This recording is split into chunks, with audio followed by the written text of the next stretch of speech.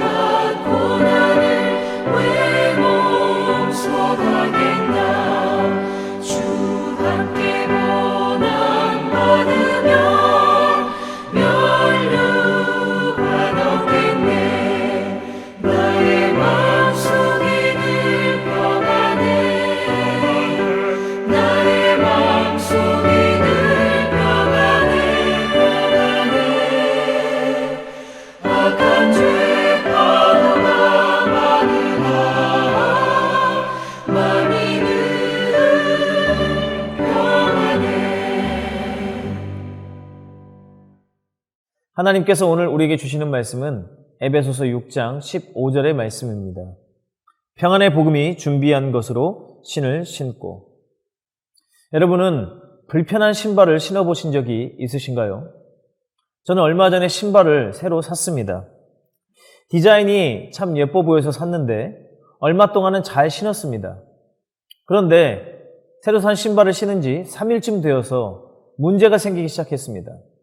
그것은 바로 발 뒤꿈치가 자꾸 까지는 것이었습니다. 조금 신으면 괜찮겠지라는 생각으로 계속 신었는데 시간이 지나면서 점점 그 상처가 커졌습니다. 나중에는 밴드를 붙이고 또 두꺼운 종이를 뒤꿈치에 넣어보기도 했지만 효과가 없었습니다. 지금은 결국 그 상처난 곳에 딱지가 않고 괜찮아지긴 했지만 새로 산 신발이 아까워서 그것을 신고 다닌 며칠 동안은 무엇을 해도 저에게는 매우 불편한 시간들이었습니다. 신발은 본래 울퉁불퉁한 바닥과 여러 가지 날카롭고 위험한 것들로부터 발을 보호하기 위해서 만들어졌습니다. 그렇기 때문에 신발은 기본적으로 튼튼해야 합니다. 하지만 그것만으로는 부족합니다. 튼튼하게 만들려고 쇠나 금속으로 신발을 만든다면 그 신은 오래 신을 수 없을 것이기 때문입니다. 하루 종일 신을 신고 다니고 기동성 있게 움직이기 위해서는 반드시 필요한 것은 편안함입니다. 이것은 전쟁에서 사용되는 신, 즉 군화에도 동일하게 적용됩니다. 오늘 본문의 말씀이 기록된 당시 로마 군인들이 신었던 그 신발은 이 두 가지 조건을 모두 만족하는 것이었습니다. 아마 여러분들의 머릿속에 로마 군인의 신발하면 떠오르는 모습이 있을 것입니다. 그것은 오늘날의 샌들과 비슷한 모양으로 칼리가라고 하는 이름의 신입니다. 이 칼리가는 바닥이 두껍고 단단한 가죽으로 만들어져 있고 그 아래에는 금속으로 된 징이 여러 개가 박혀 있습니다. 이것은 조금 전 말씀드린 신발의 가장 본연의 기능인 발바닥을 보호하는 역할을 합니다. 그런데 그 윗부분은 샌들처럼 발을 완전히 덮는 것이 아니라 구멍이 난 형태였습니다. 그리고 많은 끈들이 결합된 형태로 발목까지 올라왔습니다. 이것은 이 신발을 가볍고 발의 움직임을 편하게 만들어 주었습니다. 이 신을 신고 로마 군인들은 장시간의 행군과 오랜 전투에서도 지치지 않고 싸울 수 있었습니다. 오늘 본문의 말씀은 우리에게 평안의 복음으로 준비된 신발을 신으라고 말씀하십니다. 우리는 보통 이 말씀이 복음을 전해야 된다라고 하는 뜻으로 이해를 하고 있습니다. 물론 복음을 전하는 것은 아주 중요한 일이지만 오늘 이 본문이 영적인 전쟁과 관련이 있는 것을 생각해 볼 때 이것은 복음 자체의 기능, 특별히 평안과 관련된 부분에 초점이 있음을 알 수 있습니다. 본문의 말씀에 평안으로 번역된 헬라어 에이레네는 평화 또는 평안을 뜻하는 단어입니다. 평화는 싸움, 전쟁과는 정반대되는 말입니다.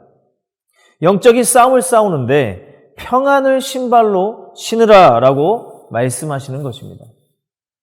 싸움에서 평안이 왜 필요할까요?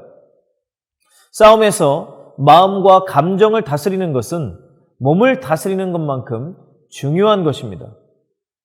그래서 예로부터 무예를 연마하고 싸움을 위해서 육체의 수련을 하는 사람들은 반드시 자신의 마음을 다스리는 법을 함께 배웠습니다.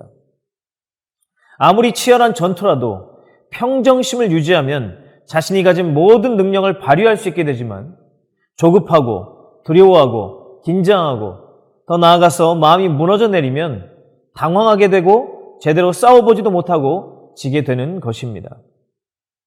우리가 영적인 전투에 임할 때에 사탄의 중요한 전략 가운데 하나는 우리의 마음에서 평안을 빼앗는 것입니다.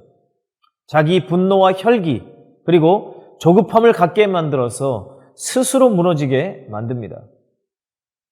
영적 전쟁에서 반드시 필요한 것은 마음의 평안입니다.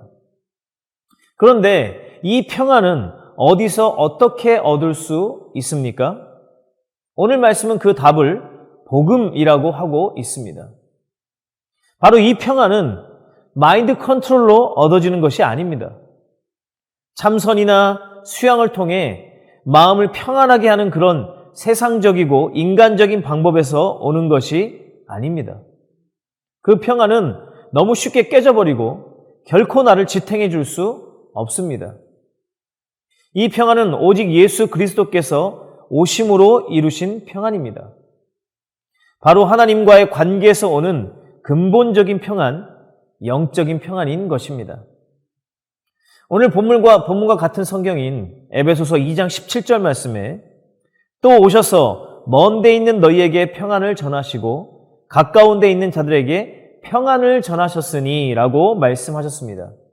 여기서 평안을 전하셨다는 표현이 헬라어로 보면 평안의 복음을 전하셨다라고 하는 동일한 뜻입니다. 예수님께서는 이 땅에 오셔서 죄로 인해 하나님과 절대 평화할 수 없는 그리고 그렇기 때문에 참된 평안을 얻을 수 없는 우리들에게 참된 평화와 평안을 주셨습니다. 자신의 십자가의 죽으심으로 하나님과 우리 사이를 화평케 하셨고 이제 하나님 안에서 평안을 누릴 수 있게 하셨습니다. 그리고 더 나아가서 결코 하나 될 수 없는 유대인과 이방인들, 나라와 민족과 언어와 성별과 수많은 좁혀질 수 없는 차이점들을 가지고 있는 많은 사람들이 그리스도 안에서 평화하게 하시고 함께 하나님의 평안을 누리게 하셨습니다. 이것이 바로 평안의 복음입니다. 우리가 복음으로부터 주어진 이 평안을 가지고 그 평안을 신발 삼아 딛고 설 때 계속되는 영적 전투에서도 지치지 않고 싸울 수 있습니다.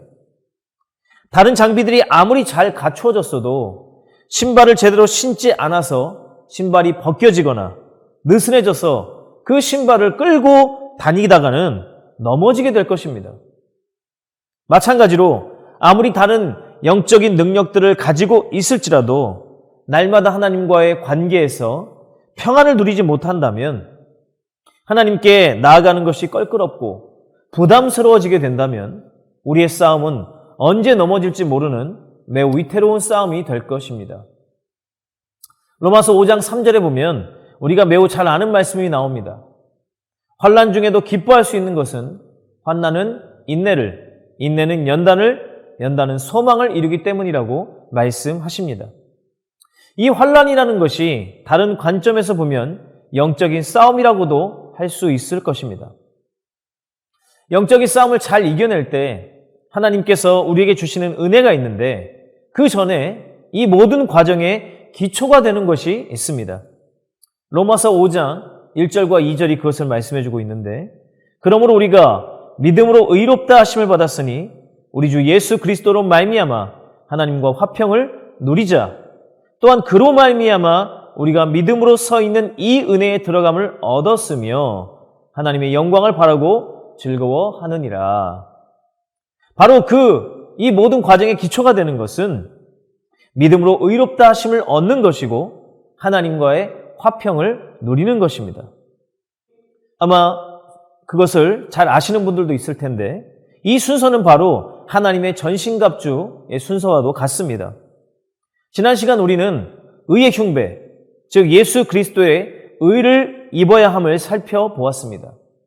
그리고 오늘 하나님과의 화평에서 오는 평안을 말씀드렸습니다. 이 평안을 누리는 것이 그 모든 환난을 이기는 가장 원천적인 힘이 됨을 성경은 말씀하시는 것입니다. 저와 여러분은 어떻습니까? 나는 지금 현재 하나님과의 평화를 누리고 있습니까? 복음을 통해 주어진 평안이 여러분의 마음속에 있습니까? 골로새서 3장 15절 말씀은 그리스도의 평강이 너희 마음을 주장하게 하라 말씀하십니다. 새롭게 시작되는 오늘 하루도 하나님과의 관계에서 평안함을 누리시기를 바랍니다. 또한 그 평안으로 만나는 사람들에게도 평안을 끼치시는 성도님들이 되시기를 주님의 이름으로 축복합니다. 마치시고 함께 기도하실 때 첫 번째로 하나님과의 관계에서 날마다 평안을 누리게 하소서. 두 번째로 2021년 한 해를 은혜 가운데 잘 마무리하고 새로운 한 해를 기도로 준비하게 하소서. 이 두 가지의 기도 제목을 가지고 기도하시겠습니다. 함께 기도하겠습니다. 하나님 아버지, 우리가 날마다 계속되는 영적인 전투를 하지만 그 가운데서도 하나님과의 평안을 누리게 하시니 감사합니다. 십자가의 죽으심으로 하나님과 우리를 화목케 하신 그리스도의 은혜에 날마다 감사하게 하시며 오늘도 하나님 안에서 사람들과 더불어 평안을 누리는 하루가 되게 하여 주시옵소서. 우리 구주 예수 그리스도의 이름으로 기도합니다. 아멘.